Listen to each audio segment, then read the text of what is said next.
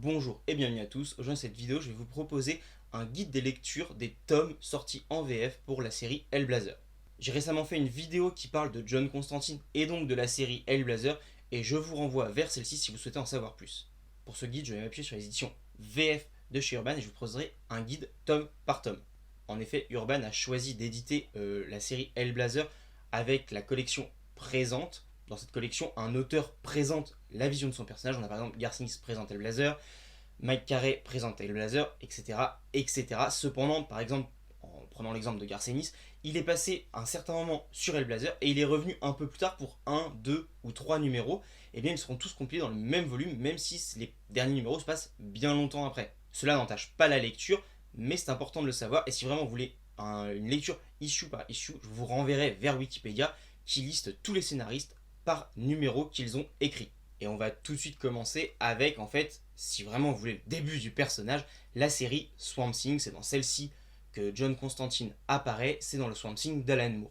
Les tomes 1, 2 et 3 sont disponibles chez Urban Comics. Et c'est vraiment dans ces tomes-là qu'on va voir pour la première fois John Constantine.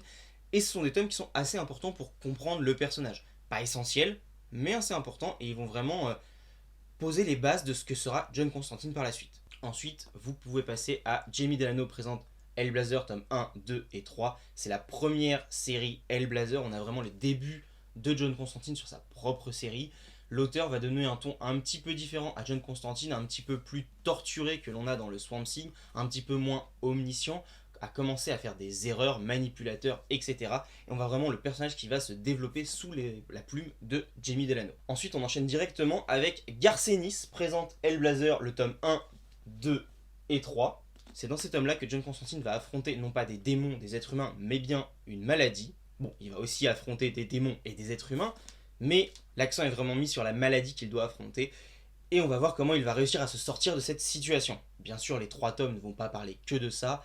Hein, c'est vraiment ce qui a fait l'attrait principal de la série sur le passage de Garcenis. Mais vraiment, c'est une très bonne série, comme celle qui est arrivée précédemment et celles qui vont suivre, puisque de toute façon, toutes les séries Hellblazer sont très bonnes. Ensuite, après le passage de Garcenis, il y a eu le passage de Paul Jenkins, qui n'est pas encore édité en France, mais qui va arriver en octobre chez Urban Comics. On passe ensuite au run de Warren Ellis, qui n'est resté que 9 numéros sur Hellblazer. En effet, il a quitté le titre suite à des différends avec la direction de Vertigo, et notamment par rapport à un numéro qu'il a eu le droit de refaire un petit peu après, qui s'appelle Shoot. On ne l'avait pas laissé faire à cause d'une tuerie de masse qui avait eu aux États-Unis. Warren Ellis voulait absolument faire son numéro. Il y a eu des accords, il a quitté le navire, et donc on a eu le droit à ce numéro que bien plus tard. Ici, on a tout son passage sur Hellblazer dans ce tome-là, assez fin. Il a ensuite laissé sa place pour deux numéros à un autre auteur, et il a ensuite été suivi par Brian Azzarello. Brian Azzarello est resté sur une trentaine de numéros, un petit peu moins 28, et c'est compilé dans les Brian Azzarello présente Hellblazer tome 1 et tome 2. Ici, John Constantine se balade à travers les États-Unis et on a donc une critique assez virulente de ce que sont les USA à cette époque-là. Le propre de John Constantine et de la série Hellblazer étant quand même de dénoncer politiquement les travers de la société et de l'humanité. Ici, c'est parfaitement respecté et c'est aussi une très bonne série. On a ensuite Denise Mina qui va passer pour 14 numéros que nous n'avons pas encore en France. On espère qu'ils seront édités un jour. On passe ensuite à Mike Carey qui a écrit une trentaine de numéros présents dans ces 3 volumes. Mike Carey présente Hellblazer. Ici, on va mettre l'accent sur la famille de John Constantine avec sa sœur et sa nièce Gemma. On va voir Constantine qui va perdre la mémoire et enfin qu'il va être confronté à ses enfants démoniaques. De plus, la série étant assez récente, elle se lit très bien actuellement et elle ne souffre pas de certains tropes de narration qu'on pouvait avoir dans les précédents volumes, notamment les premiers de Jamie Delano, qui commencent à être un petit peu datés de ce côté-là.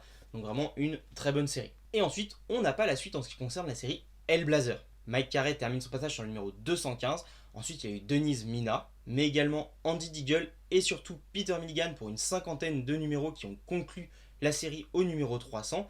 Et en France, on ne les a pas encore. Cependant, il y a bien eu d'autres choses qui sont parues depuis la fin de la série Vertigo, John Constantine étant rapatrié chez DC par la suite. En effet, dans les New 52, il est rapatrié chez DC, dans la Justice League, mais je ne vais pas vous en parler ici parce que ce n'est pas vraiment la série Hellblazer, et même s'il y a bien eu une série Hellblazer New 52, elle n'a pas été éditée en France en volume relié. Il me semble qu'elle a été éditée dans les kiosques, mais j'ai pas réussi à retrouver la trace vraiment.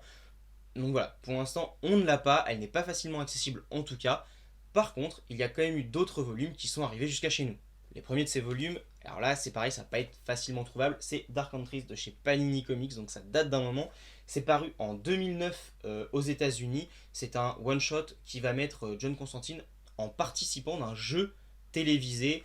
Et on va voir qu'il se passe certaines choses assez étranges sur ce jeu télévisé.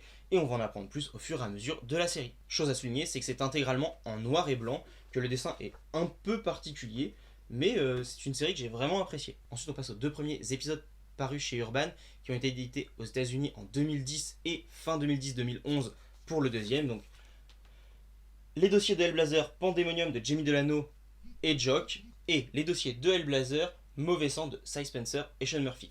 Deux équipes créatives vraiment au top, deux récits que j'ai vraiment adoré avec une ambiance graphique exceptionnelle.